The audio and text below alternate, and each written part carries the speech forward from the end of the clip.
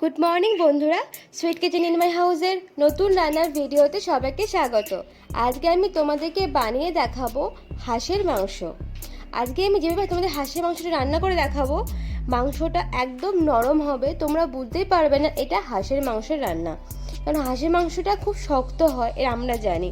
আর তার সঙ্গে আমি একটা স্পেশাল জিনিস অ্যাড করেছি, যেটা নাম হলো চুই, যেটার সাহায্যে মাংসটার স্বাদটা পুরো বদলে যায় এবং খেতে অসাধারণ হয়। তোমরা সবাই পুরো ভিডিওটি দেখো, আশা করছি আজকের ভিডিওটি তোমার সবার খুব ভালো লাগবে।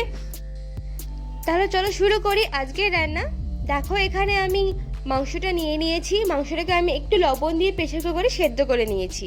মাংসটা সেদ্ধ করলে কি হবে, রান্নার পর মাংসের টেস্টটা একদম অন্য লেভেলে থাকবে এবং মাংসটা নরম থাকবে। দেখো, এখানে মাংস সেদ্ধ করে যে জলটা ছিল, জলটা আমি রেখে দিয়েছি, জলটা আমি ফেলে নিই, আমার অন্য কাজে লাগবে। মাংস সেদ্ধ করার আরেকটা কারণ হলো বয়স্ক মানুষরা এটা সুন্দরভাবে খেতে পারবে, কারণ হাঁসের মাংসটা একটু শক্ত হয়, যার জন্য বয়স্কদের ক্ষেত্রে একটু প্রবলেম হয়। এরকমভাবে রান্না করলে আর প্রবলেমটা হবে না। দেখো, মাংসটাকে আমি ম্যারিনেট করে নেব, তার জন্য আমি 2 চা চামচ মতো লবণ দিয়ে দিচ্ছি। তার সঙ্গে দিচ্ছি আমি হলুদ 3 চা চামচ। লবণটা তোমরা স্বাদ অনুযায়ী দেবে। এখানে দিয়ে দিচ্ছি আমি 2টো পেঁয়াজ কুচি মাঝারি সাইজে, আর 2 চা চামচ আদা রসুন বাটা ও 2 চা চামচ মতো জিরে বাটা। তার সাথে দিচ্ছি আমি লাল লঙ্কার গুঁড়ো 2 চা চামচ মতো, দিচ্ছি আমি অল্প একটু লেবু, আর দিচ্ছি আমি 4 চা চামচ মতো সর্ষের তেল। এবার এটাকে আমি ভালো করে মাখিয়ে নেব। এটাকে একটু ভালো করে মাখাতে হবে। দেখো, আমার মাখানো হয়ে গেছে। এবার এটাকে আমি আধ ঘন্টা মতো রেস্টে রেখে দেবো। তো চলো ফিরে আসি আধ ঘন্টা পর। এই ফাঁকে আমি একটা কড়াই দিয়ে দিয়েছি গ্যাসের ওপরে। কড়াইটা গরম হয়ে গেলে তার মধ্যে আমি পরিমাণ মতো সর্ষের তেল দিয়ে দিচ্ছি। এবার আমি আলুর টুকরোগুলোকে দিয়ে আলুটাকে ভাজা করে নেব। দেখো, আমি আলুটাকে ভাজা করে নিচ্ছি। আলুটা আমার ভাজা হয়ে গেছে। এবার আলুগুলোকে আমি নামিয়ে নেব।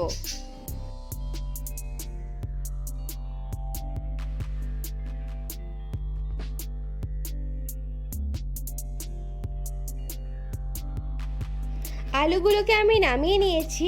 এবার ওই তেলে আমি অল্প কটা জিরে ফোড়ন দিয়ে দিচ্ছি। এবার ভালো করে জিরেটা ভাজা হলে এবার সেই ম্যারিনেট করা মাংসটা আমি ওর মধ্যে দিয়ে দিচ্ছি। এবার আমি মাংসটাকে আমি ভালো করে কষিয়ে নেব।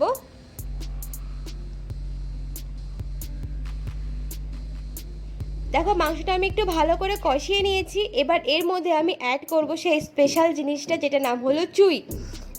তো আমি চুইগুলোকে দিয়ে দিচ্ছি। এগুলো খেতে অসাধারণ হয়। এবার মাংসটাকে আবারও আমি ভালো করে কষিয়ে নেব। এবার আমি আলুগুলোকে দিয়ে দিচ্ছি। আবারও আমি মাংসটাকে ভালো করে একটু কষিয়ে নিচ্ছি।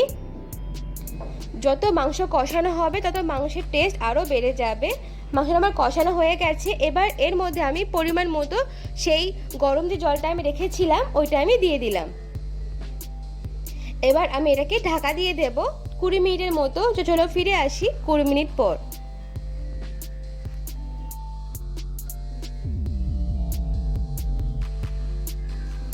ফিরে এলাম আমি 20 মিনিট পর। এবার এর মধ্যে অল্প একটু গরম মশলা দিয়ে একটু নাড়িয়ে আমি মাংসটা নামিয়ে নেব। দেখো, আমি মাংসটা নামিয়ে নিয়েছি। কতটা দেখতে সুন্দর হয়েছে, দেখলেই মনে হচ্ছে খেতে ইচ্ছা করছে। আজকের ভিডিও তোমার সবার খুব ভালো লেগেছে আশা করি। তো বাড়িতে ঠিক এরকমভাবে মাংসটা রান্না করো। তোমরা মাংসটা একবার রান্না করে খেলে তোমাদের বারবার খেতে ইচ্ছা করবে। আশা করছি আজকের ভিডিও তোমার সবার খুব ভালো লেগেছে। যদি ভালো লেগে থাকে তাহলে প্লিজ লাইক শেয়ার কমেন্ট করো। তার সাথে সাবস্ক্রাইব করতে ভুলো না, সাথে বেল আইকনটা প্রেস করে দিও।